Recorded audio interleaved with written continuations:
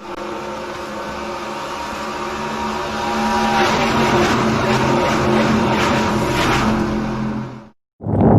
are live. Hello, everybody, and welcome to the virtual Auto Club Speedway here in the virtual Fontana, California. You are joining us live here on TMG for the season opener of Season 2 of the Dark Horse Indycar series. Joining me today in the broadcast booth is Connor Bloom. Connor, how are you doing tonight? I'm eating a banana. Understandable. We are looking forward to 75 laps of close quarters, high-intensity racing action around this 2-mile bumpy and high-banked oval here on the west coast of the United States. It's a very, very unique racetrack, this. The bumps on the surface, it's going to be one of the biggest talking points of the night as these drivers, they're really fighting for all the grip they can get, especially late in the runs. We saw this back in the Auto Club 140. Drivers are going to get really loose coming off the turns if they exit too low. That's going to be one thing that we're going to see happening. I'm going to predict quite a bit as we go later on into the runs. It should be a very, very interesting race. And we are glad that you all could join us here tonight. Connor, what are you expecting out of this race tonight? I don't know what I'm going to really expect. It's something I haven't really seen before, and I'm willing to see what's going to happen. I think one thing that we saw a lot, at the Michigan race last season, we saw it at the Auto Club 170, is that the draft is going to come into play a lot. I think we're going to see a couple of packs kind of breaking off, splitting into two. There are 20 drivers on hand for tonight. We can actually go ahead and pull up your practice timings at the moment there on the left-hand side of your screen. It's Jim Brooks at the top of the board with just under a minute remaining in practice. One thing we're going to see a lot, like I just said, is the draft. There's going to be packs that are kind of splitting up, forming together, drivers kind of trying to lay back, save their tires, other drivers taking the most out of that short-run speed, trying to get to the front quickly, trying to control the race. I think there's going to be a lot of different strategies, and we're going to see this kind of play out like a restrictor plate race, like we would see in NASCAR, only unlike in NASCAR, if you try and bump draft, you're going to end up with a 10-car pileup. That would not be a very good situation for anyone. Yeah, I've heard from my many, many years of research that crash bad, not crash good. But that's crash not good when go flip too. Yeah, so when go flip, very bad. We actually saw that in the Auto Club race we did here I believe it was just over a week ago, where one driver spun down the front straightaway, hit the inside wall, and went flipping into the catch fence. That was not pretty. So we can all be thankful that that happened in sim practice. Just about to wrap up with Jim Brooks at the top of the board by 1/1000th of a second over your defense. All right, how many rookies are in the field? I'm sorry to interrupt. All right, let's see. We got Jim Brooks. That's it. He's fast. I liked him. All right, so Connor's pick is Jim Brooks. We'd also like to take a moment to appreciate that iRacing models a default pit crew in the pit lane with a man just T-posing. I always find that comical. Drivers just now going to set their qualifying laps. Keep an eye out for Jim Brooks, the fastest driver in practice. AJ Muscleman as well. Gary Corley waiting in pit road. So is Jeffrey Duncan, Todd Schneider, Charles Teed, AJ Hobson. Simon Grills going out. So is Joe McAdory. The moment we're going to be watching for Jim Brooks, fastest driver in practice. We'll see if he can repeat here in qualifying. I love how familiar all these names are to me, but I just can't remember who's who.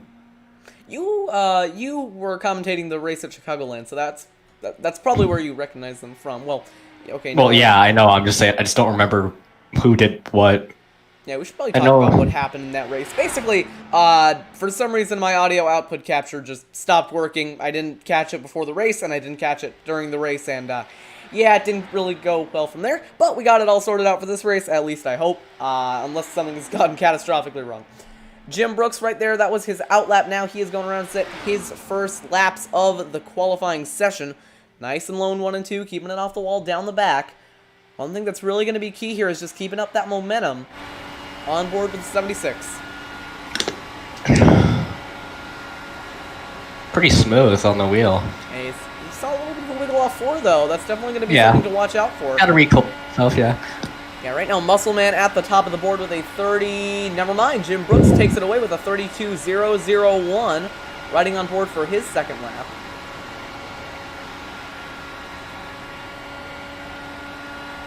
AJ Hobson to second, Schwaber to third, Muscleman back to fourth, McAdory now into fifth. Brooks coming around to complete his second lap. Muscleman to the top of the board with a 31.630.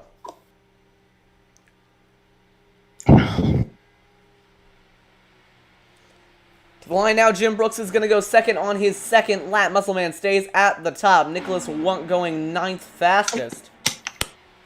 There's the 27 of Charles Teed on his first lap, your defending Season 1 champion. A couple of new features that we can use here for our ticker. Let's see what happens if I press this button. Ooh. A graph. You can see the lap times just starting to pile in there. I think that's going to be the highest little car thing you see there. That's going to be your pole time. Everyone else, that's going to be the difference to them. Teed goes into 11th place. Not a good opening lap. Down to 12th now. This will be his second lap. AJ Muscleman still at the top of the board. Lap starting to come in now. Very good second lap by Teed, though. Nice and off the wall through turns 3 and 4. Coming to the line, we'll see what it is for Teed. Right onto the apron as he comes across the line. He's the reigning champ, I believe. Yes, he is. It's going to be a 31.702. It'll put him 4th fastest. Not good enough for the pole. Couple of drivers still out to go now. David Leclaire, winner of the Auto Club 140 on his second lap, puts it 4th fastest ahead of Charles Teed. Peterson currently almost a second off, going for his second lap. He'll be coming across the line, and while he does that, we're going to go ahead and pull up your defending season champion, Charles Teed, up into the broadcast booth for his thoughts coming into the season. As Eric Peterson goes to the top with a 31.598, we've definitely seen him be a lot more of a qualifier than a racer. All right, we're going to go ahead and bring up Charles into the booth now. Hey, Charles, this is Jonathan up in the TMG broadcast booth. You got us? I do. How you doing, guys? We're doing really well tonight. Excited for the second season of Dark Horse Indycar Series action. But we'd like to get your thoughts on the series as the admin and you're also the reigning season champion. What are your thoughts going into the second season? I think this one's going to be a really fun one, boys. We got a heck of a group here going into season 2. I think that was my one and only championship because there's some very, very good drivers that have entered into the league and just a tremendous amount of people that help really take this to the next level here for season 2. First of all, starting with you guys, Jonathan, you've done an unbelievable job. Thank you for all you guys have done at TMG to help us. The folks at Area 51 helping us to kind of model our league after. Butt Kicker deciding to sponsor us for season 2. And finally, Lionheart IndyCar Series being so gracious to share their setups with us for these DW12s for these older cars so that we can run them. I think you're going to see a heck of a show tonight. There's some fantastic drivers, and we're ready for some good fun.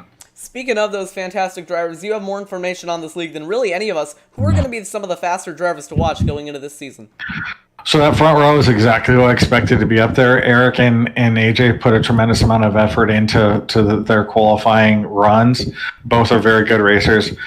Craig and Eric dueled in every single race in Area 51, so they're going to be extremely tough. There's folks throughout the field. Jim Brooks is always fast. Gary had the pole at the race on Saturday. You're going to have this thing is going to get dicey real quick. We are certainly looking forward to a good show, Charles. Thank you for joining us. Good luck in this race. We hope you put on a show for us. Thank you very much. Thanks, boys. Mm-hmm. I actually can't move you into the place that you came from, so you're going to have to move yourself. Sorry about that. All right, there we go. So that was Charles Teed, your defending champion, coming into this season. He said it himself, there are some really, really strong drivers out there getting ready to take to this 2-mile-high banked oval. An 11 race season is ahead of us. There will be I cannot talk. There will be a community post coming up about that in a couple of days' time, probably coming out tomorrow. So you can get a look at the full schedule. There's one driver yet to set his lap, Paul Jennings, coming through turns 3 and 4. I believe that was his out lap. So this is going to be starting his first lap. A couple of netcode issues though, so it's probably not going to be the best idea to get a TV camera. There we go. See Jennings running high through 1 and 2. He'll probably be trying to build up the momentum for that second lap. Down the back straightaway, the entire field spread in under 0.5 of a second, so a very, very close field at the top of the board. Through 3 and 4, this is going to be his first lap set. He's really going to have the momentum off 4. Now he's just got to make good use of it. Watch him get the pole. It's a 32.527, goes 18th fastest, but now he's down to the bottom, kind of using that Daytona qualifying strategy. We see a lot of plate tracks. Bottom, I think. Yeah, I think what he might have been trying to do there is just really build up momentum on the top, get his tires heated up, and go down to the bottom. Like you said, he's running that line this time by. Could be a good lap for Jennings.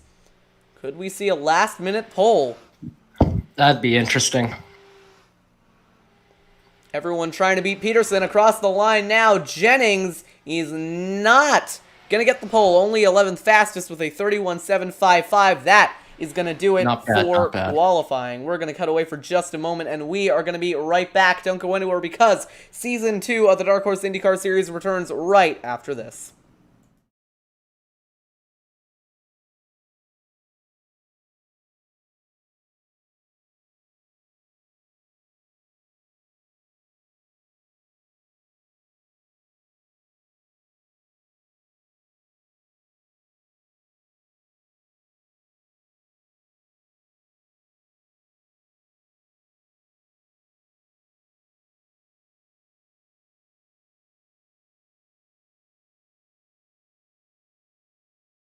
Welcome, race fans. This is Paul Page, the voice of IndyCar. And today we're excited to present another IndyCar event brought to you by the Dark Horse IndyCar Series. From the Unzers to Mears to Foyt and Andretti. Welcome, race fans. This is Paul Page, the voice of IndyCar. And today we're excited to present another IndyCar event brought to you by the Dark Horse IndyCar Series. From the Unzers to Mears to Foyt and Andretti. Now it's Corley, Peterson, Davies, Gardner, and Teague. You can expect high speed, incredible wheel-to-wheel action, and intense drama that you can only get in an IndyCar. So sit back and enjoy your favorite drivers from all over the world take the track. Dark Horse IndyCar drivers, start your engines. And with that, we are ready to get this show underway. We do apologize for a little bit of the technical difficulties there. This is our first time running an intro like that. It worked in practice. I don't know why OBS decided to work completely differently when it really mattered, so thank you, OBS, for that. But we are just about to get this race underway, qualifying wrapping up in another 10 seconds. It is Eric Peterson on pole, the only driver to get inside the 31.5s. We saw him a lot last season be able to really make the most out of his qualifying laps. Now, it'll be down to who can master the changing conditions and tire wear the best. Qualifying is now wrapping up, so it is time to get this race underway. Connor, I hope you're excited because I know I am. Any final thoughts going into this race? I don't really have any thoughts, but yeah, I'm not allowed independent thought. Well, alright then, that's good. No, I am. You can see the field gridding up there now. The sun's starting to set. I think that's going to play a big factor into the way that this race progresses. As the temperature cools, you're going to see a lot more grip. I think the action is really going to pick up in the second half of the race. It is actually 100 laps on display. I thought it was going to be 75. It is actually 100, so 200 miles ahead of us. Oh boy. We're never going home. Well, I mean, a lap here is what? Like, just about half a minute, so. Yeah, just about 30 seconds. Oh, yeah. So I think I was talking to Teed earlier, they think it's going to be about an hour 20-ish. We'll see how that race length progresses. I think it might be a little bit more than that, but if the action's good, then it'll be okay. Cautions. We're going to get some cautions. Oh, for sure. Especially as the tires wear, like I said, we saw it a lot in the Saturday race. Drivers would enter like really low off 4, and they would just like spin around. No, Did the Saturday race count for points? It did not. Okay, so this is the season premiere, alright. Yes, so this is the first race of the season.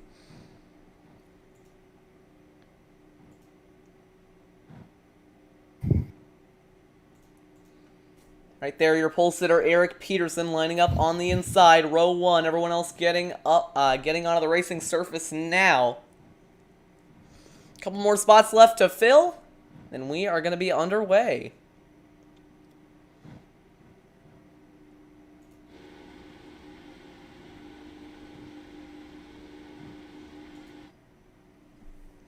You can see the field gridding up. I'm sure all these drivers are really anxious heading into this new season. I mean, we talked about it a lot on the broadcast. I think they know what can happen if they don't manage their tires properly. One small mistake in these Indy cars, and you're gonna be spinning, you're gonna be crashing, and with the way these wheels kind of behave with each other on iRacing, you could very well be flipping through the air. So it's definitely going to be a race of precision. It's going to be a race of aggression, and it's going to be a race of who can save their tires the best.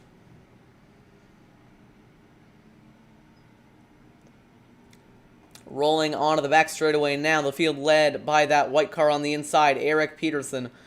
The field in double file formation following that pace car down the back straightaway. It's going to be probably the only time that they're taking it not at a racing speed, well, of course, other than the cautions, but yeah, I mean, this is kind of the calm before the storm. Anything could happen in these next 100 laps. Yeah, it's going to be interesting.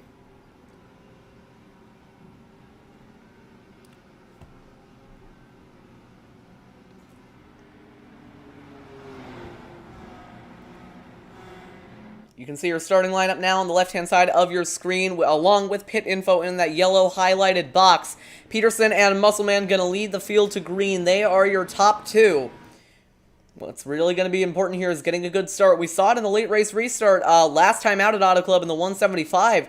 Sorry, not the 175, in the 140, where a driver on really old tires almost won the race because of the jump they got on the restart. Now, we'll see how that plays into the start. Green flag is out, and Season 2 is underway. Peterson is going to lead us to green here in Fontana. Everyone's going to try to get single file as soon as possible. They want to get orderly so they don't have any major issues early on here. Yeah, absolutely. That's going to be very important, not getting into trouble early on. I believe they do have one fast repair, but you don't really want to waste it on lap 1. Oh, absolutely. I've definitely been in situations before where you get in a wreck early on, you use your fast repair, and you just get in one later. It is not a nice position to be in. Field rocketing through 3 and 4 now. It's like most... Wait a minute, I'm Muscleman lost. in second, single file down the front straightaway. Peterson going to lead the field to lap 2. He's going to put a little block up as they get into the slipstream. Looks like Muscleman's going to try to get a move once he can get a run. The Forsyth car behind him. Forsyth, I don't know how to pronounce it. I think it's Forsyth. Oh, big swing in the back. Happened. I believe that was Eric Schaus going down to the inside on David Leclaire. Yes, it was. But Leclaire is going to cut him off going into 3, and he's actually going to go up the inside of both the leaders into the lead. Goes the winner of the Auto Club 140, David Leclaire. What a move. All right, which one of you guys brought Max Verstappen into this? Well, I mean, I've had experience racing against Max Verstappen. Didn't he wreck you? Yes, he did. Dude, I'd be honored. Hey, how many people can say I got wrecked by Max Verstappen in a truck race at Talladega? I bet not many. Yeah. Everyone's scrambling around behind. That's Max Davies leading that kind of second group. A lot of these drivers definitely just trying to kind of, settle into their run, start to save their tires. I did just load up trading paint, so a couple of drivers are going to have their paint schemes refreshed now. You can see everyone just kind of fanning out down that front straightaway and towards turn 1 once again. Forsyth has fallen back to 7th position. I believe he qualified 4th. Yeah, I don't know. Kind of just on. I think he might just be saving his tires, honestly. He was one of the drivers who was in contention to win on the Saturday race. I think that he might just be kind of trying to save up, honestly. You don't want to go too hard early on. That's my worry for David Leclaire. I also think he might just be in the wrong lane, I guess. That too. You never really know, because they're going to the back quickly, but on the other hand, they are on that outside line. Yeah, he must just not been able to get shuffled in there. Side by side with Charles Teed at the moment. He's going to be clear. Now Simon Grills up his inside. That's going to be 3 wide down the back. Back to 2 wide. Much bigger field on display than we saw last season. I think that's definitely going to play into the action quite a bit. You see the field rocketing off turn 4, led by David Leclaire.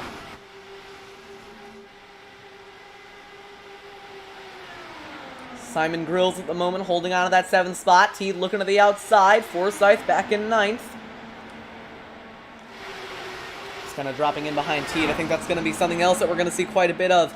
Just kind of this multi-groove racing. A lot of drivers kind of looking up high, looking down low. Don Hunter going for a move on Benjamin Combs down the back. AJ Hobson, 3rd in line there.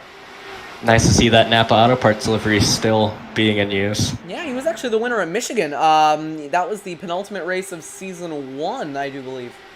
I guess you can say Napa knows how to get it done. Why? Why do you do this? Oh, there's a lot more coming. This is the best part about broadcasting with Connor. He makes bad puns. I mean, great puns. I think it's like I've made a bad pun every race so far. Are you gonna try and keep that record alive? Why not? Yay! Maybe I'll get 2 in one race, who knows? Oh, no. Through 3 and 4. Hobson still looking for that move on Hunter. Meanwhile, at the front, the gap has stayed around 1/10 of a second. You see Musselman kind of looking to that outside on David Leclaire, but I'm guessing he's not going to make a move too early on. Ooh, he's going down to the bottom, though. Leclaire going to block, but it looks like Musselman's going to get some sort of run on the outside. It's like Leclaire's going to hold on through the corner. Still neck and neck. Yeah, side by side for that race lead. Musselman on the outside, trying to make that high line work. 5 cars under a blanket here, fighting it out for the lead. Everyone else behind them scrapping for the 5th position. Now you see Peterson to the inside on Musselman, that for 2nd. 1 car slow on the apron, I believe that is Paul Jennings. Yes, it is. He's going to come out. I wonder if he has some sort of problem. Yeah, that might be it. That might be it. Oh, my mic is loud on the broadcast. Better move it back a bit. Actually, no, now it's worse. Oh, how is it worse? Well, it's just a little quiet now. Oh. See, for the lead, maybe Musselman still kind of staying behind Leclaire. These two starting to break away from the field. Let me work on it. I think these kind of 2-car breakaways, it's something that we're going to see quite a bit of. Is he going into 3, Leclaire taking that inside defensive line.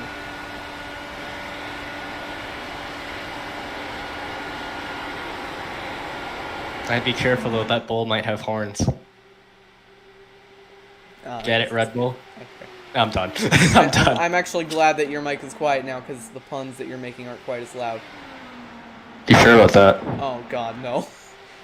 Leclaire cleared back for the lead. There is a big battle going on behind. That is Peterson on the inside. Sorry, on the outside. That's Simon Grills falling back on the inside. Schaus on his outside for 5th. Corley up in a 3rd.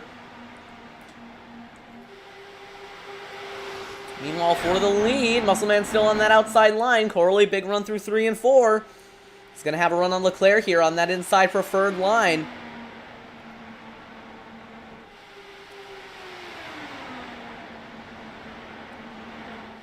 Towards turn 3 now, Corley in the lead. Yeah, when I get out of quarantine, I'm getting a new mic. It's the first thing I do. Corley fell back to 3rd there. Now it's Musselman on the outside of Leclaire for the lead going into 3.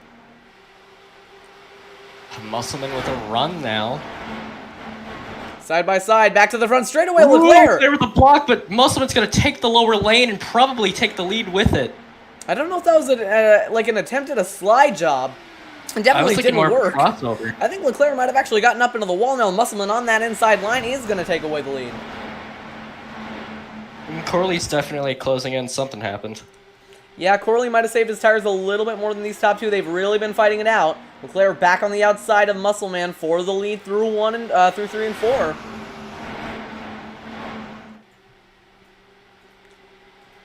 Back to the front straightaway, side by side for that race lead. Leclaire over Musselman coming lap 13 of 100. Oh, watch for Corley as well. He's in that preferred line on the inside. Peterson gaining from 4th. The field kind of stacked together now, rocketing down the back straightaway and towards turn 3. I guarantee the first wreck's going to be up front while they're battling. It wouldn't surprise me. Yeah. Oh, look at that, just train of cars on the high side. That's something akin to what we might see at a cup race at Darlington. Wouldn't really expect it here at Auto Club. Corley really got strung out on the inside. He is back into 6th. Everyone kind of training up on the high side now. Really trying to save John, those tires. I think Thomas has something to say. Thomas, what's up? Yeah, so hi Jonathan. Yeah, I've been listening into a lot of the team radios, and I was chatting with a bunch of the drivers there after qualifying, and a lot of them told me that the main goal they wanted to have in this race is that they're going to try and hold themselves back. All of them are mainly playing the long game. So that's why we're starting to see, I'm guessing, all these sort of gaps emerging. They're all trying to gauge each other, especially because this is the first race of the season. Oh, absolutely. Yeah, so they're just trying to they're trying to all keep it slow, keep their tires alive, because they all want to be there at the end. So that's why right now at this stage of the race, we're not really seeing much. We're also seeing these kind of two car packs emerging, but there's also a lot of talk heading on between Cody Bullock and Simon Grills. To our teammates at Hutch Sport. Yeah, they're chatting to each other quite a lot. So I'll expect to see those two working together throughout the race. Oh, this is getting quite close behind. Thank you for the update, Thomas. Very helpful. He will be keeping us updated on team strategy all race long. Meanwhile, behind, Eric Peterson slid up the track in front of Jim Brooks, stacked him up. Charles T looked to move down the inside, decided against it. Peterson might be getting tight here later on in the run. Your pole sitter falling back. Seeing a lot of these really decisive moves to either the inside or the outside. Drivers just kind of using that downforce that they have available on this IndyCar to just kind of cut down the racetrack. But you lose a lot of it in the turns. You see Hobson sliding up the track there and spinning. That is Todd Schneider. Sorry, Don Hunter. He's around and into the inside wall. He has some front wing damage. His front wing is completely destroyed. Yeah, front wing down for Hunter. He is going to be out early on. I wonder if that's going to bring out the first caution of the night. No yellow. We're staying green for now. No yellow. Another car slow in the pit lane. Oh, it looks like another car is damaged. A few cars are damaged, it looks like. Nitro's slow on the back. Hunter into the pits. He's going to have to get that damage fixed up. We'll take a look at a replay. I think he just lost it. Might have gotten into the grip part, maybe. Yeah, I said it before the race. One thing that we're going to see quite a lot of is drivers just not Good managing hit to their the tires. inside. Yeah, hard What happened hit. to the other car, though? That was Joe Nitro who was... Oh, he might... Oh, that's serious front wing damage. Yeah, he's shaking. Oh, my goodness. I think that might have been another tire spin. Yeah. Take a look That's at this. definitely going to be a factor from now on. Yeah, he just lost it. Overcorrected it. Nothing he could really do in that situation. These cars are very, very Oh, hold on. We got fast. trouble. We got trouble in the lead. Leclaire is falling down the order. That might have been a pit stop. I think it is. He is in the pits. No damage. He is pitting. He is pitting. He's coming in. Forsyth to the lead now. I'm guessing he's coming in next time by... Thomas, you got any updates? Yeah. I stole your line. Sorry, I heard my name. Yeah, Yes, any what's updates up? on the way that these tires are progressing?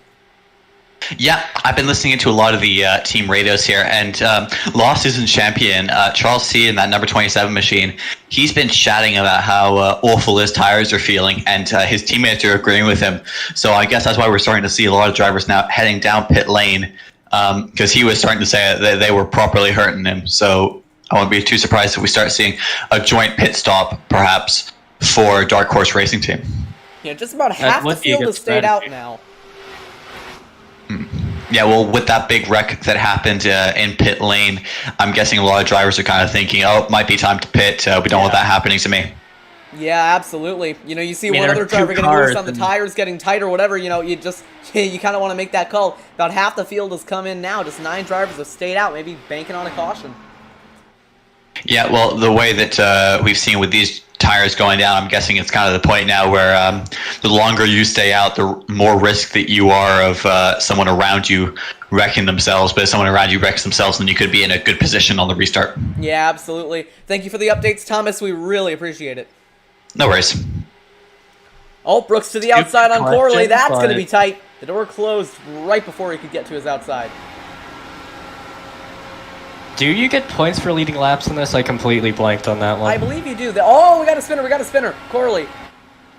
That is the chase cam. That's not what I meant to do. But Corley got loose down to the inside. Very, very Again. close for Gary.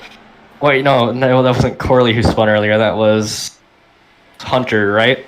Yeah, it wasn't Corley who spun earlier. Oh, we got a spinner again. I think that's just a lockup. Oh, yeah, you're right. That was Forsyth. Forsyth leading for a bit.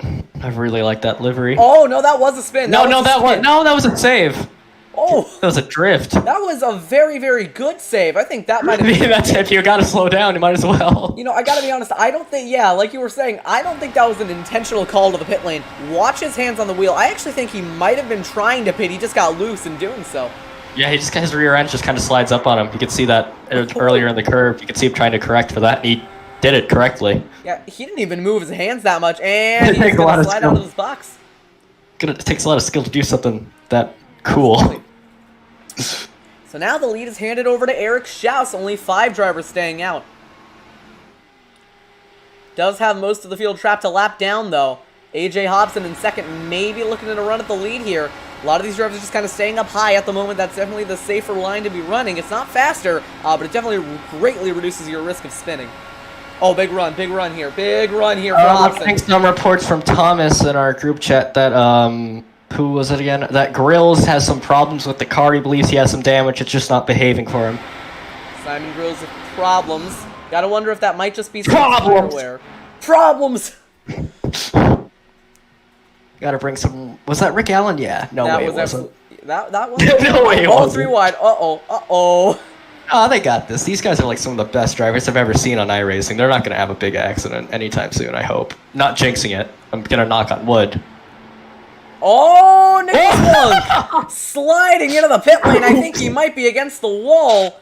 That is Eric Schaus and Wunk both sliding into the pit lane. Heavy front end damage for Wunk Schaus. I knocked on wood! I did not work.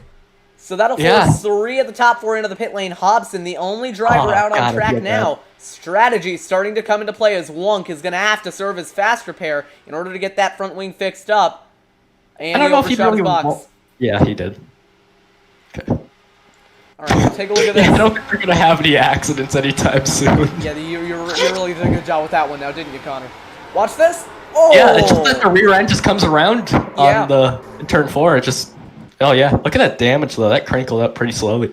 Eric like Schaus that. sliding as well. There was one driver out of that group who did not get damage coming into the pit lane. Hobson is still out on track, by the way. Why is pit road more dangerous than the track? Oh, never mind. Hobson has brought it down, so he is going to be pitting. Schaus, that's going to be a lot of track position loss as well. Look at that. Everyone's just spinning coming into the pit lane in T. Just nicely rolls it in. So back live, Hobson's coming out now, trying to beat Musselman, but with that undercut, it is not going to be close. AJ Musselman to the race lead at Auto Club. Leclaire's still there, though. He's going to be hunting him down. Yeah, I think Leclaire, after his little bit of an incident in the Saturday race, I think what Leclaire has been able to do, he's kind of been able to find that line between being really aggressive throughout the run and saving tires. It might be a thing that he's doing with steering ratio. We'll have to figure it out. Maybe Thomas will have some updates for us on that as we get later on in this race, but Leclaire, he is definitely a driver to watch out for.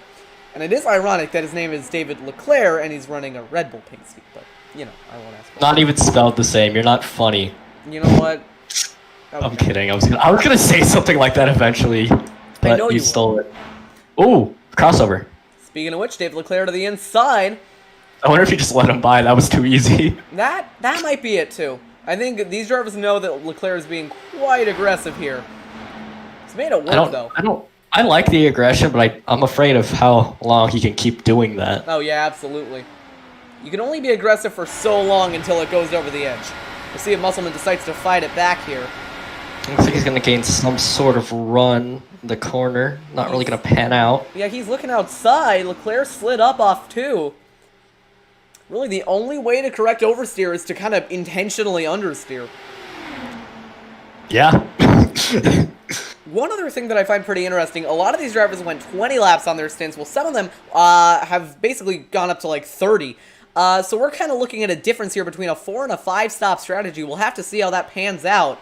I know David Leclaire... Musselman's giving him a lot of pressure. He's definitely fighting for it. Fighting for the lead now, but keep in mind, a lot of these drivers are on separate strategies. Schaus and Wunk, those are some of the drivers that are on much more of a 30 lap stint. That's about the fuel run. If someone's going to give Leclaire any pressure, it's got to be Musselman. He's got a lot of pace in his car so far. Yeah, a little bit of a wiggle for Leclaire as well. Good thing they were far enough apart to where it didn't cause any issues. Yep, that could have been very bad. Could have been very funny. I mean, it could have been funny, but not if you're the drivers. Oh, and you heard right there in the engine, Musselman really had to back out of it, going through 1 and 2 to keep from spinning. 2 battles going on, one for third, one for the lead. This one for the lead definitely heating up quite a bit more. I think really what I've noticed as the danger zone is those bottom 2 lines. Really, once you get down there on older tires, it's basically a death sentence. Yeah, without a doubt. One retiree from the race, that'll be Don Hunter. He is out after an early spin. Now here comes Musselman. Big run coming down the back straightaway, looking inside. Leclaire is definitely one of the more aggressive blockers, almost the Joey Logano of this league. Which isn't always a bad thing, considering Joey Logano is a Cup Series champion. Driver, the 77, 36, and 51 are going to try to save their tires, it seems. According to a source, an anonymous source named Thomas. I figured it was Thomas. You see Leclaire kind of using that high line, trying to really prevent any momentum off the turns. Pretty smart move by him, but there is still that slipstream to contend with. We've been green now for 34 laps, coming on 35. Seems like some teams are going to start lifting through the corners. They weren't doing that already? I guess. Apparently not. Why not? You laughed there, and just everything was just like a windstorm. I think what you're going to have to try and do to get the lead away from Leclaire here, at least what I would try, is really kind of just sending it into the turn, you know, just getting it right down to that white line, trying to get a slide job going. Because now these top two packs have kind of bunched together, and it's kind of one four-car fight for the lead. 3 wide momentarily. That'll get interesting. We'll see how close these drivers get to the wall. We saw Musselman got pretty close that time by. They're coming up on the end of their tire runs. 16 and 17. Already? Sorry, you were saying? Already? Yeah, they're about 16, 17 laps on their tires. I think Musselman might have been listening in because he's gone to the bottom. Trying to take the lead away with a slide. Meanwhile, behind him, Craig Forsyth is battling for 5th with Schneider with a lap car of Jennings in the way. And Musselman backing off, 18 laps into the run. He is calling it quits into the pit lane. Goes the 54. That's going to give the lead to Leclaire, give a bit of a gap to Davies and Peterson, and that is going to yield a big run on, down the straightaways.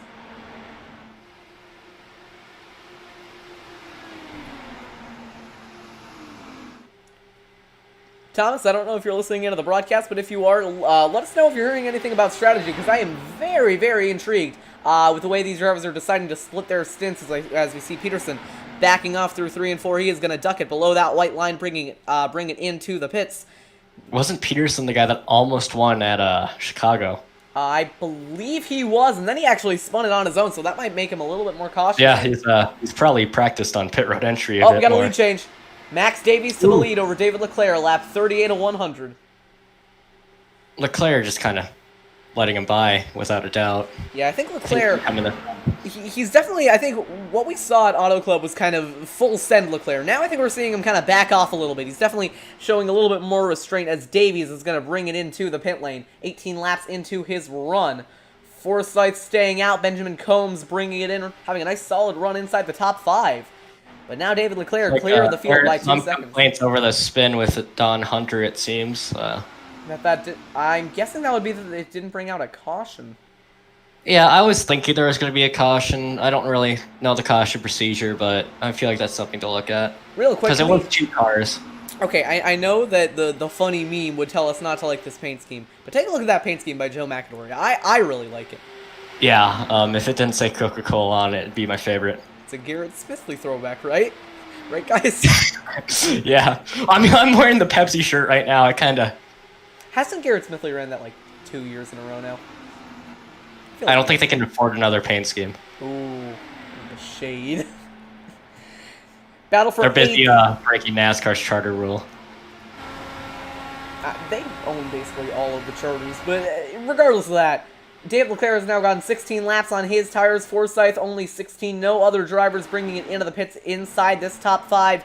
Teed up into 5th now, battling for 5th with Brooks, as McAdory is not going to bring it into the pit lane. That was a slide. Yeah, that was a botch. Yeah, I thought that was him trying to pit. No, that was a big slide coming off turn 4, and Nicholas Wunk is going to take over that 7th spot. Wunk, one of the drivers with only 14 laps on his tires. Hobson with the newest tires, only 13 on his. So he's one of the drivers on that 30-lap stint. Leclaire and Forsyth, right now your top 2. Leclaire smooth sailing for the lead. Yo, we got 11 viewers, bro. Nice. I mean, I hope everyone at home is enjoying this, because this has been one of the most interesting races I've gotten the chance to commentate. Really a lot more strategy bias, which I think is something that's going to happen. Oh, we got a spinner! David Leclaire off 2. Oh, that could change a lot for him. That's not good. Yeah, I think that's going to bring him into the pits just before Forsyth is going to be able to overtake him for that lead. Leclaire is bringing it in. New leader, Craig Forsyth. And a car with damage as well. That is Gary Corley.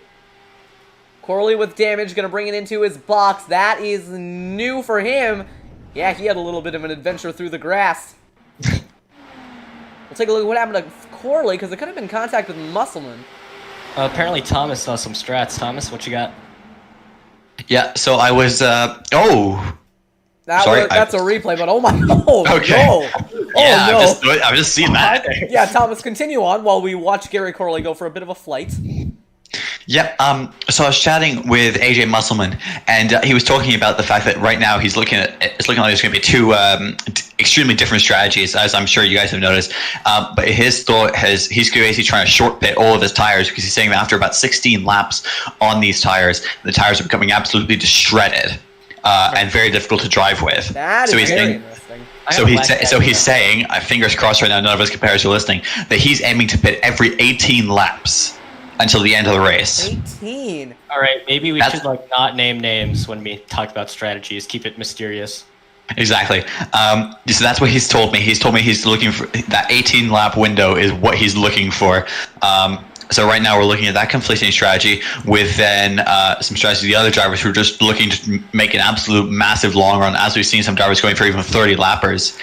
Yeah, I think that, like you were saying, Thomas, those are kind of the two distinct strategies, right? We got the 18 laps, the 20 laps, then we got some drivers trying to go on to 30, like we see right here with your leader, Forsyth. So I think depending on how the cautions fall, that's really going to change it a lot. Thank you, Thomas, for letting us know.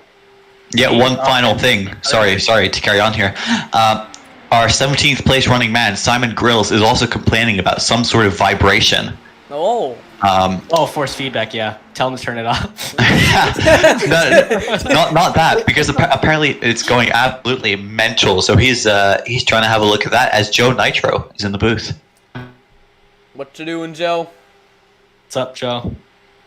Oh, I was just trying to watch the rest of the race. My VR went out. I was blind. No. Hey, don't worry, that's happened to me. I don't know if there's a link posted somewhere on...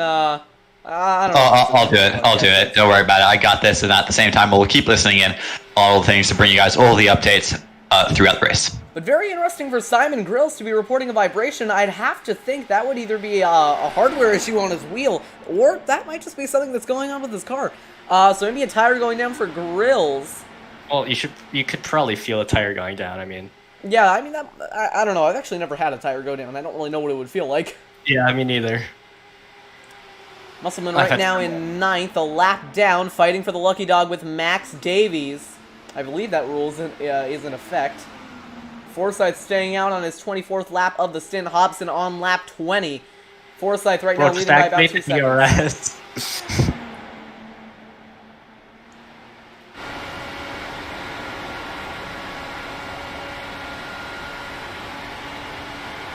Slowly we are approaching that halfway mark.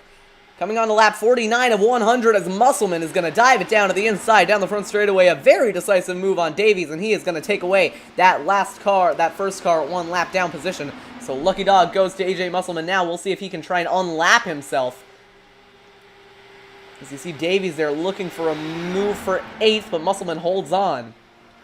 Meanwhile, Forsyth's exiting low off 4. He is going to back it down and bring it into the pits. I believe that is going to give the lead to AJ Hobson. It's going to be a three-way battle for the lead Ooh, now. locking up. Craig Forsyth, smoke coming out of the rear wheels coming into the pit lane. That could be... Oh, that might be a penalty.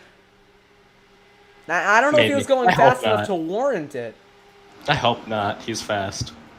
Yeah, but he might have been fast in the wrong way. We don't need another fast guy getting out of contention early. Trying to get to shake things up, so I like that. You want to be fast? You don't want to be fast on pit road, because that usually means you're going to get a penalty! Well, Hobson nearly into the wall. That was very close.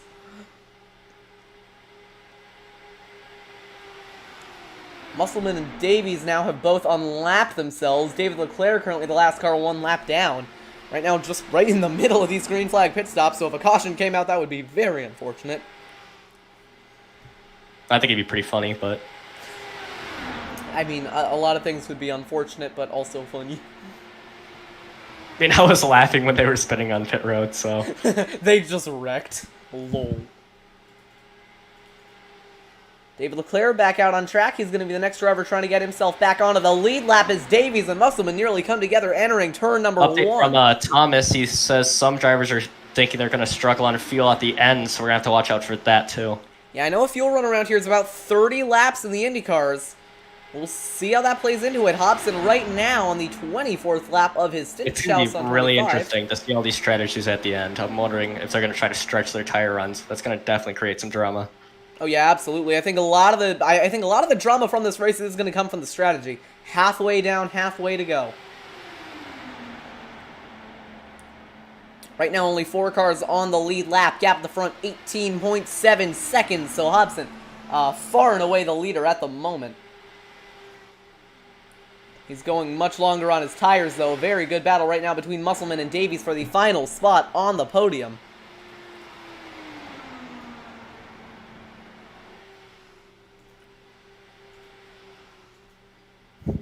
Davies having a look outside, back to the inside. He is going to stay in line. Those two up to second now. Hobson is into the pits. Pit lane for the number 63.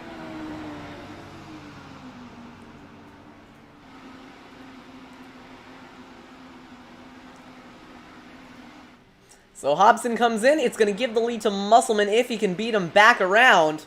Tires going on for the 63. He's going to pull it down and away, but we'll see if he can beat Musselman out of the pit lane. Here comes Musselman down the front straightaway. Hobson still in the pits. It is not going to be close. To the race lead goes AJ Musselman with Max Davies following in second. 17 laps on their tires now for Musselman. So we'll see if he decides to come in next time by. I think really the battle for the lead is going to be between AJ Musselman, Max Davies, and then kind of on his own is going to be AJ Hobson. That is at least without a caution. Battle of the AJs. Hey, I didn't think about that. There are a lot of AJs here. I don't know about gyms, there are a lot of AJs. Take a look at the lines that Davies is going to try and run from second. I think that's going to be really telling about how this track is evolving. So you're really in right now. 2 AJs. To the inside, going towards turn number 3. Davies trying to take the lead away. Musselman trying to fight it back on the outside. Max Davies is going to take it away at Auto Club, but back to the inside is looking Musselman. Davies that might have cut been him off. Contact. What's that?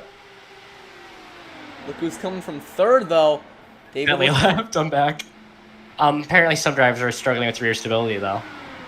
Yeah, that's definitely something we're going to see quite a bit of as Leclaire is going to have a huge run off to and down the back. To the inside on AJ Musselman, he is going to take away the lead. Back to the front goes that number 50. How did he come back after that? Yeah, he really fought his way back to the front, and he nearly just lost it all off turn 4. Yeah, the rear end seems to like it really likes to come around. I think getting loose, that's something I pointed out a lot in the pre-race. It's something that we're going to see a lot here. Sebastian Vettel's nightmare. Oh, no. Apparently, they're saying it's because of the lightness of the fuel tank. They want more fuel now. I mean, that'll also be good for fuel runs as well. I was about to come in here and say that, but it appears Connor has beaten me to it. Well, anything else for us, Thomas? Maybe on the way that the track is progressing? I haven't heard much about that. Most of the drivers are actually complaining there. I'm hearing a lot of, shall we say, bizarre noises coming from many of the drivers' mics. A lot of them seem to be losing the back end, but managing to save it. So I have a feeling right now the rear end stability, as Connor, I'm guessing, just said, yes, is lacking quite severely. But it's to the point now where they can save it. I believe it was Eric Peterson who lost the rear end a few minutes ago, or it was either Eric Peterson or Benjamin Combs who lost the rear end, and then pretty much at that point they were like, look, I'm pitting in.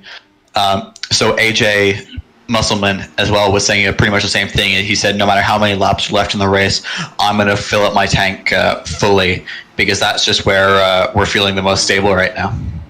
So that's very, very intriguing how the fuel levels are kind of playing into this. As see Max Davies coming into the pits. Battle for the lead right now between David Leclaire and AJ Musselman. Musselman going 22 laps on his tires, which is something that we haven't really seen out of him all race. Leclaire nearly into the wall off 4. Yeah, these cars are Sebastian Vettel's nightmare. Oh God. Yeah, we had to make fun of him, didn't we? Sorry. No, I'm a Vettel fan. It's just that he doesn't like cars with low rear downforce. I really hope Hayden doesn't watch this stream. That wouldn't be good. Hayden would just come in and just murder me. God. No. So down the back, headed for 3, David Leclaire still leading, 17 laps on his tires, 23 from Musselman.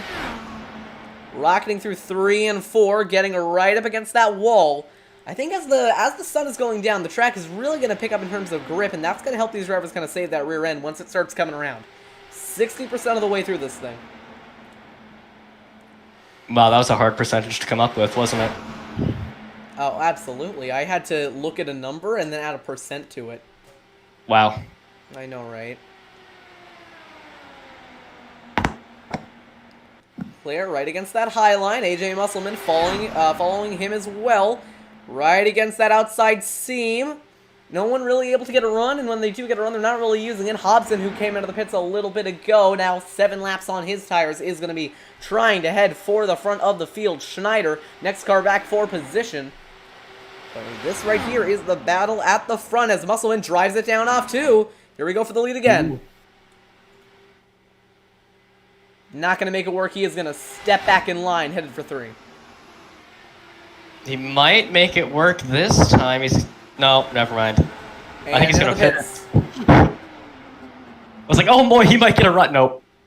So Musselman brings it down pit road, gives the lead to David Leclaire, who will be likely coming in within the next few laps. It'll promote Schneider to 3rd and Hobson to 2nd with lap traffic to deal with. I know someone said they were going to try to pit every 18 laps, but I think we ruined that for them. Yeah, we might have spoiled that stretch. Well, Thomas did it. We can blame it on him. Yeah, but I still feel bad. So relatively spread out at the front. We're right now kind of just monitoring when David Leclaire is going to come in at the pits. I think as the grip gets higher, these drivers are probably going to try and go a little bit longer on their runs, especially as we get towards the end of the race. Jim Brooks up to 4th. Good run by him. Charles T, defending champion, up into 5th. Our top 5 right now, David Leclaire, AJ Hobson, Todd Schneider, Jim Brooks, and Charles Teed, with Wunk in 6th. Max Davies came into the pits 4 laps ago. He right now has some of the freshest tires in the field other than AJ Musselman, this is actually his first lap on these new tires.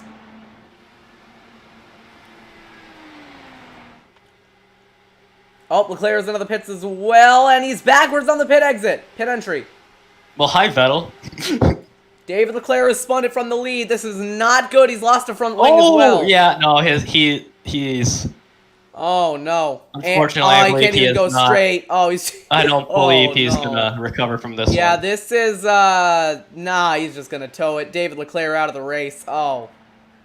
You hate to see it. He was having such a good run. He won the Auto Club 140, and now he is not even going to get a chance to fight for the win. Let's take a look at what happened. That is not far back enough. Well, hopefully this gives him some drive for next week. What's next week's race again? Homestead. Yeah, rear end just came around. Yeah, we've seen That's it a lot. That's going to be a recurring issue. Oh, and there is just no saving it at that point. Yeah, he can't really do anything. I feel like he's accepted his fate. Yeah, I mean, you could in theory lock it down, but I don't think these brakes would be able to slow you down fast enough. Really, the best you could do is just get less damage on the front end. At that point, it just kind of spun him around. But despite all these wrecks, we are yet to see a yellow flag. Jim Brooks up to 2nd, Hobson up into the lead, Schneider into 3rd, Teed up into 4th. A lot of the drivers up here haven't really been loud. They haven't really been loud in their performance all night. They're really just up here because they haven't been involved in any of the wrecks. Yeah, that's definitely something I did not take into account at the beginning. Yeah, I mean, when I said that these drivers were going to be getting loose on old tires, I didn't anticipate this many to be getting loose. Clearly, I underestimated it. Yeah, I'm really liking that Air Force car, though. Love that, love the shark teeth. Yeah, but he's running a little low. It'd be that's not a great line to run when you're on older tires. He's got 24 laps on his on the rubber now. Well, he could just be letting his car slide up to where it wants to go to try to save tires. I know that's his strat. There is probably a way to throttle drive these cars and kind of turn by just getting on the throttle slowly, but I feel like they might be going a little too fast to do that. Maybe not.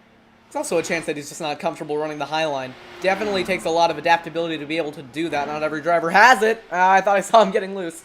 He was fine. No, he seems pretty stable. I don't really have any concerns for him right now at the moment. Jim Brooks right now racing with Forsyth. Forsyth on fresher tires by quite a bit. He's going to pull away through 1 and 2. We haven't really talked about Forsyth much this race. Actually, no, he's only on fresher tires by 1 lap, so Forsyth might just be naturally down on pace. I think he might have gotten in one of the wrecks coming into the pit lane. So many drivers have done that. Yeah, I think he was around there, wasn't he? He also might have, like, really worn out tires or something. I don't know. So, I'm going to say this with a lot of precaution.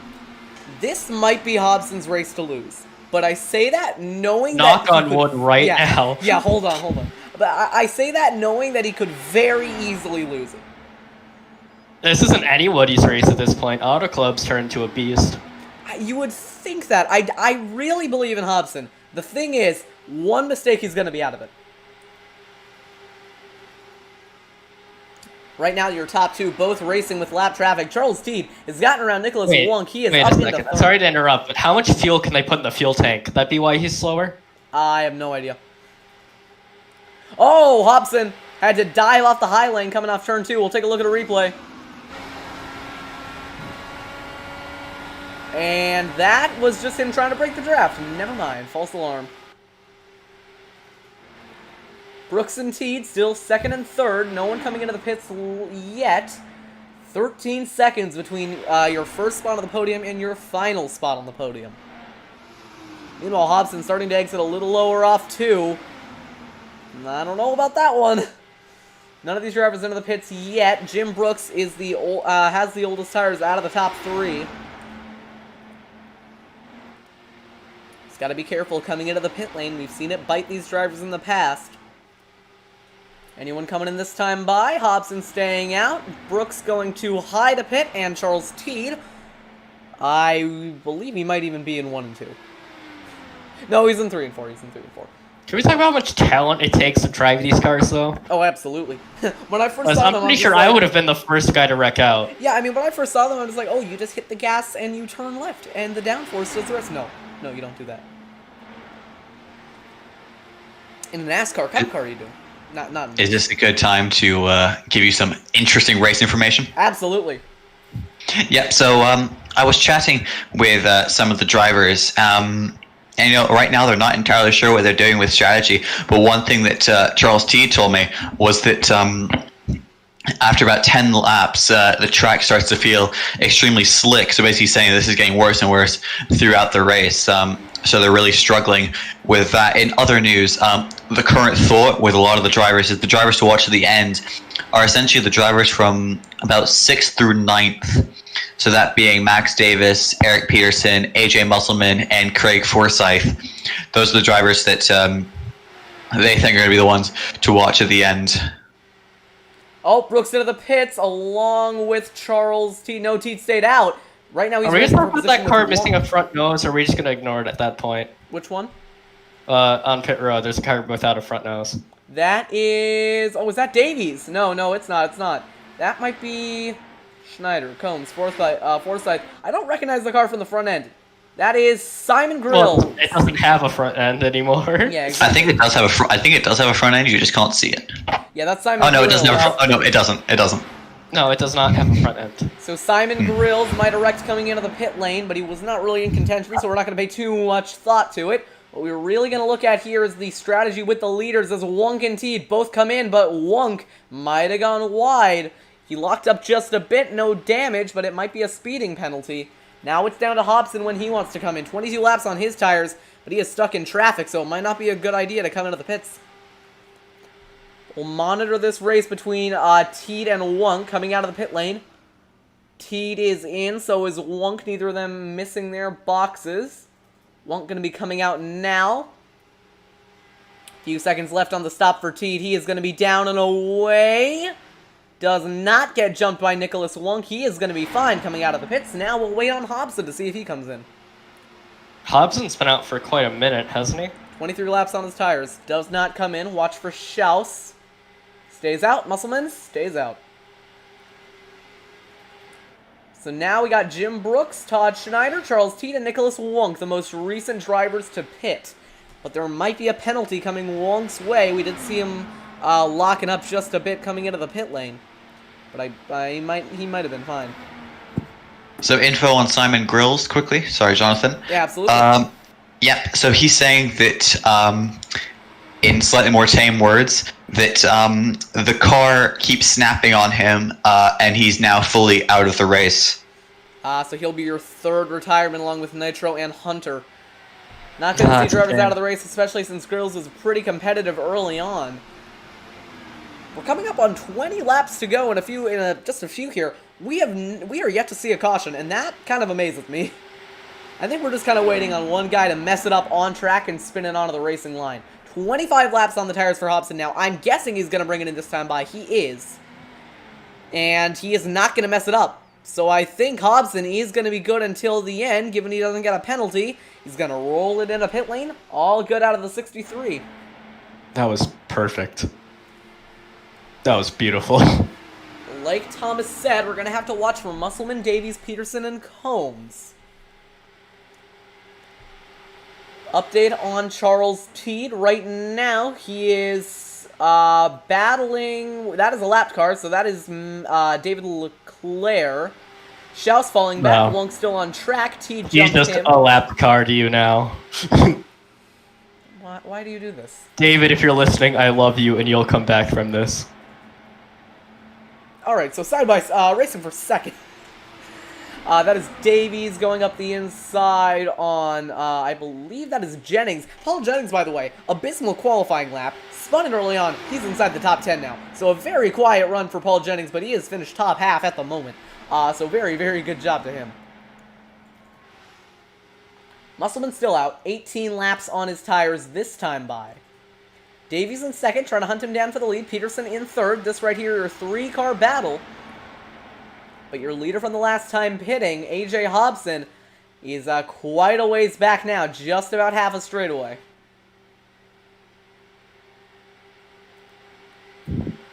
Comparing their last lap times, Musselman ran just about a 33-second lap. Hobson on an out lap ran a lap of 1 minute, but that is not accurate of his pace. I think what Musselman might be doing is trying to kind of go long on this stint so we can have fresher tires at the end. Not a bad strategy, as you see for second. Eric Peterson and Max Davies battling it out for that spot.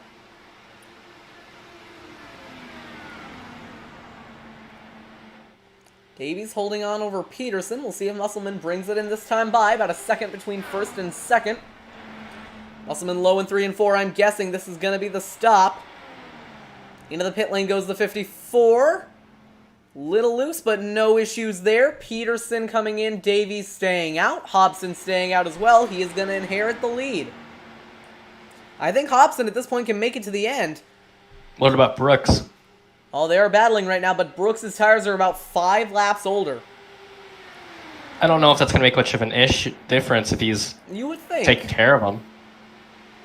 I think it'll come down to tire conservation, especially between this two, and if Davies can catch a lucky caution. I think at this point, Davies might be just trying to go long here. He might be trying to run out the fuel run. Try and get a lucky caution, and if not, well, he didn't really lose much. Yeah. So Brooks and Hobson battling on track. Teed in fourth. 7 laps on his tires, 4 on Hobson's, 9 on Brooks's, none on Musselman's. He is coming out of the pits now. Getting around a lapped car. I believe that is... that might have been Bill Schwartz. No, that was... Who was that? Who was that? That was Jeffrey Duncan, the lapped car. Here's your leader, AJ Hobson. Davies into the pits. Now, Hobson is going to inherit the lead over Brooks. Coming up on 15 to go next time by. Actually, coming around a lap Musselman, too. So, Thomas, I hate to break it to you, you were quite wrong about Musselman being in contention to win this race. I don't need to tell him, like, oh! Uh-oh. Looked away for a second to check Discord to see if Thomas was still here. What happened?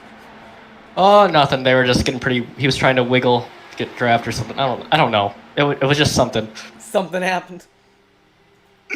There's Brooks in second, maybe just trying to lag back, save his tires for that final 10-lap run. Closer and closer to the end of this race.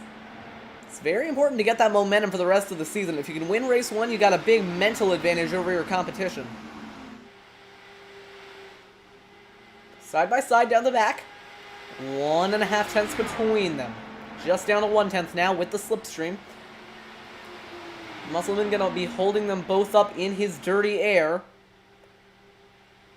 Brooks gonna have the draft off him now. Sorry, that's Hobson with the draft off him.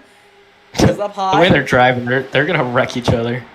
If that could happen, and that would make this very, very interesting. Keep in mind, Musselman is on fresher tires by about 3 laps. May I make a reference to the movie Driven? Absolutely. I mean, I haven't seen it, so I'm not going to get it, but absolutely. Oh, good. That's good. It's terrible. I kind of want to watch it, though. Well, we did it in the lads, like the first day I got into it. It was awful. By the way, this is getting very close with the lead here. AJ Hobson is getting dangerously close here to AJ Musselman. Teed is quite a ways back. These top two are going to need to wreck each other for him to win. Save a lucky caution, which could happen. I'm still thinking it's going to happen. At the moment, Hobson and Brooks are both good on their tires and fuel until the end. All right, Jim Brooks, you have your nickname. You're Jimmy Bly from Driven. Thomas, you got anything on the leader? No, yes, but just before I do that, Connor, you cannot compare him to Jimmy Bly. I'm comparing him to Jimmy Bly, and you can't stop me. I can't. I will fly to America, wherever you live in America. Wait, no, you're central, so you must be in one of like the central states. Wow, and I will that stop took you. a lot of detective work from you. I know. All right, Thomas, Okay, you got anything on your lead? I'm calling him Jimmy Bly. Not necessarily on the leaders, but I do have some stuff on the battle for 5th place. So AJ Musselman right now is catching Eric Schaus, but we don't think that Eric Schaus has to pit again. Interesting. Yeah, so this battle for the final spot of the top 5 is raging on, but then obviously we have the battle at the front between AJ Hobson and Jimmy Bly. Why? Why? Because Connor, I've learned over the many moons that we've known each other. Like 15 minutes. It's been many moons. I've known Jonathan for many moons. Like 2 months. I've known you for like 3 moons. It's okay. That I think that it's appropriate in all circumstances that whenever there's a joke that makes Jonathan go, "Why?" it is important to make it. All right, so thank you for our update on the leaders there. We got No worries. Yeah, I will see you at the end of the race. Goodbye, Thomas. That was Thomas Fisher. We appreciate. Love you lots, mate. Love you lots. We appreciate you, Thomas. Thank you for joining us. No worries. Thank you very much, guys. I will see you guys at the end of the race. So it's going to be a dash to the finish now. Only 9 laps remaining. Eric Peterson has got the leader. AJ Hobson kind of backed up in traffic now. Jim Brooks, older tires, maybe trying to save him up, trying to go for a late race charge. We'll see if Hobson has to pit again. I don't think he does. Like I said before, this could be Hobson's race to lose, given nothing goes wrong. And that's a very... something could go wrong. We know something could go wrong. All right, Connor. Last 8 laps coming up here. What are your thoughts? I'm going for Jimmy Bly. Stop. I'm gonna wear that nickname out. Stop. I guess the strategies are basically over at this point, so it's gonna come down to raw horsepower. I think in terms of raw pace, I'm going to say Hobson has the advantage, but he's just caught up in lap traffic. Again, if one of these lap cars decides to, forget how to not spin, that could be very disastrous for Hobson. Hey, it's hard to remember that. It is. Coming, just 7 to go now. Brooks in second, going to be a non-factor. Over a second between the top 2. It is getting bigger. I don't know, he closed in a 10th the last lap. Never mind, he lost 2 tenths of that corner. Yeah, unless Brooks is really trying to save tires at the end here, I don't think he's going to be in contention for the win. It's down to Hobson. Why did you have to be right? Because I am always right. I'm Jonathan Oates. I'm never The race isn't over yet. Yeah, I mean, hey, in these last 6 laps, a lot could happen. starts listing off everything that could happen. All right, so here's everything that could happen. Meteor, power outage, meteor-induced power outage. That's about it. I can't think of anything else. Power outage-induced meteor. Yeah. Yeah, Power outage induced nuclear strike. Okay, that's a little bit too real. No, that's a possibility. You're right. You know what? It could happen. So I shouldn't say anything. I mean, with a certain political figure who will not be named for no political we're not going jokes. there. Stop. We're just gonna watch. Bro, cars why go around did you in talk circles. about Princess Go Peach away. that way? No. Princess Peach and the Mushroom Kingdom do not have nuclear weapons. All right, real quick. Jim Brooks is gaining on AJ Hobson. He's closing about 0.6 this lap. Hobson Because might of have a the problem. slipstream from the Treff's car. It might be that, and it might also be that Hobson's tires are wearing. It's down to 0.3. I was wrong. Well, Brooks Brooks has older tires though. Brooks has older tires. He might have saved them better, because the gap now is down to 0.2 of a second.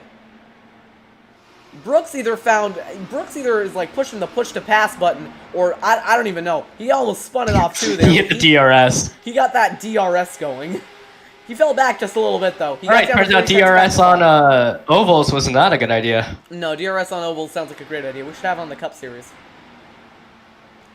And just as I think say you're that right. the gap is back to 0.9 of a second, back to a second, I completely stand corrected.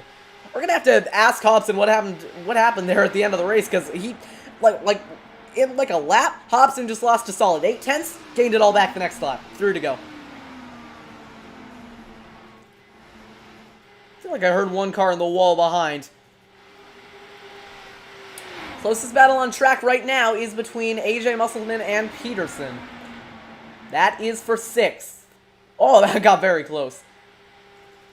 Hobson coming around to get 2 laps to go. Jim Brooks back to 1.5 seconds back. His tires are basically burnt up at this point.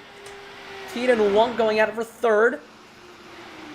Musselman, Schaus, and Peterson, closest battle on track.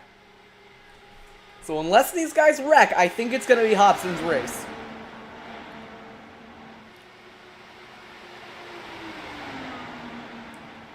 Yeah, I don't think they're going to wreck. Hobson is going to come around turn 3 and 4 to collect the white flag.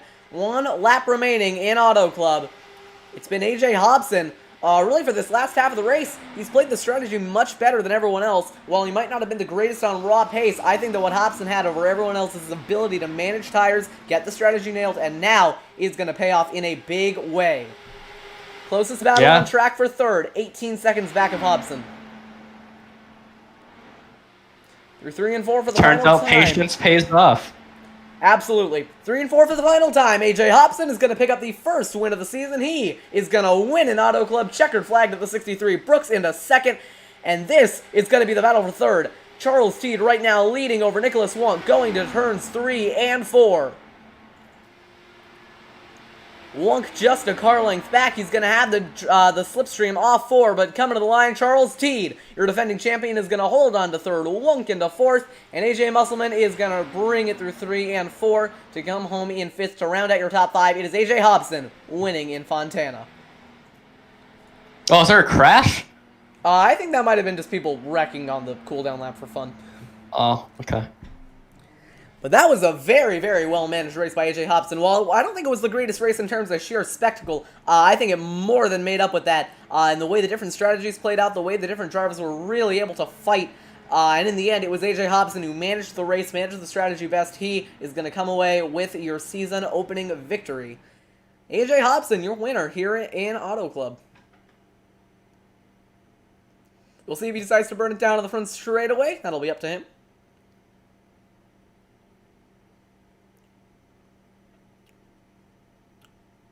There he goes. Burning it down is your winner at Auto Club, AJ Hobson. Well done to him. He absolutely deserved this. Connor, I think that was an absolutely incredible race. What are your thoughts on it? That was a very interesting strategy race and pace race, too. We saw a lot of comers and goers in the field today. Yeah, absolutely. I just hate it for Leclaire, but love it for Hobson, you know?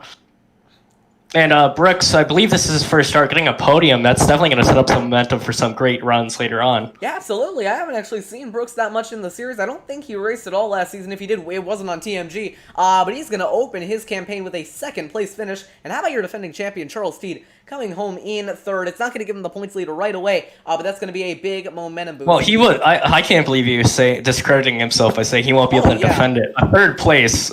That's great. Like Charles, you're halfway there. He's an incredible driver, honestly. Yeah, congrats on the season 1 champion, by the way. We said that at the end of the last season, but the audio, so you didn't hear it. No one heard. Yeah, we had like an awesome podium speech and everything. Yes. You know what we're gonna do? We're gonna iron out all the bugs for season 2. We're gonna bring you season opening to season finishing coverage.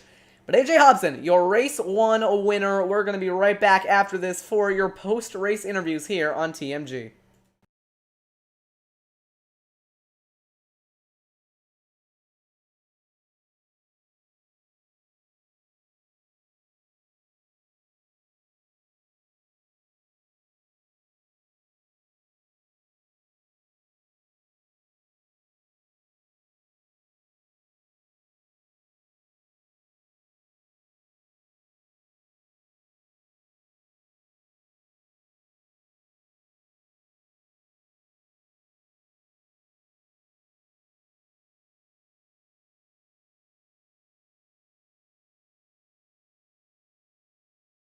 All right, we are back live. Oh, well, I was going to say I'm going to step out so you can do interviews, but whatever. Yeah, I'm just going to stay here because now it's weird.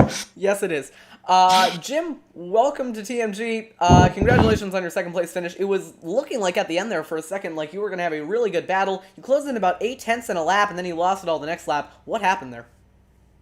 It gets loose after a while, and it's sort of what I think I could have done. I had a good chance, I think, to win on the first pit stop. I was trying to get to lap 25 and trying to pass Craig Lowe on lap 24 or whatever it was, and started spinning, and I couldn't stop it. Luckily, it didn't hit anything. Well, it hit a little bit. It spun onto right in front of pit road, so I could get in there pretty quick. But I thought I was good for him there. I was going to have a shot at AJ, but I let him get too far away. I was just trying to hang back, and then I finally used that lap car to draft, and I caught up to him, and as soon as I tried to push it hard into the corner, it almost spun out. So it's like, no, I'll stay here. In the end, it was a very, very good charge. I don't believe we've seen you in this series in the few races we did in Season 1, but finishing second in at least one of your first starts, what does this mean for your championship?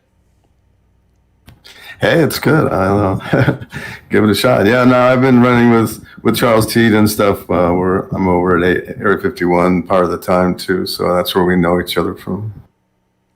But hey, congratulations on your second place finish. Great way to start off the season. We're going to go ahead and send you back. We will see you next time. Okay, thanks a lot. Appreciate it.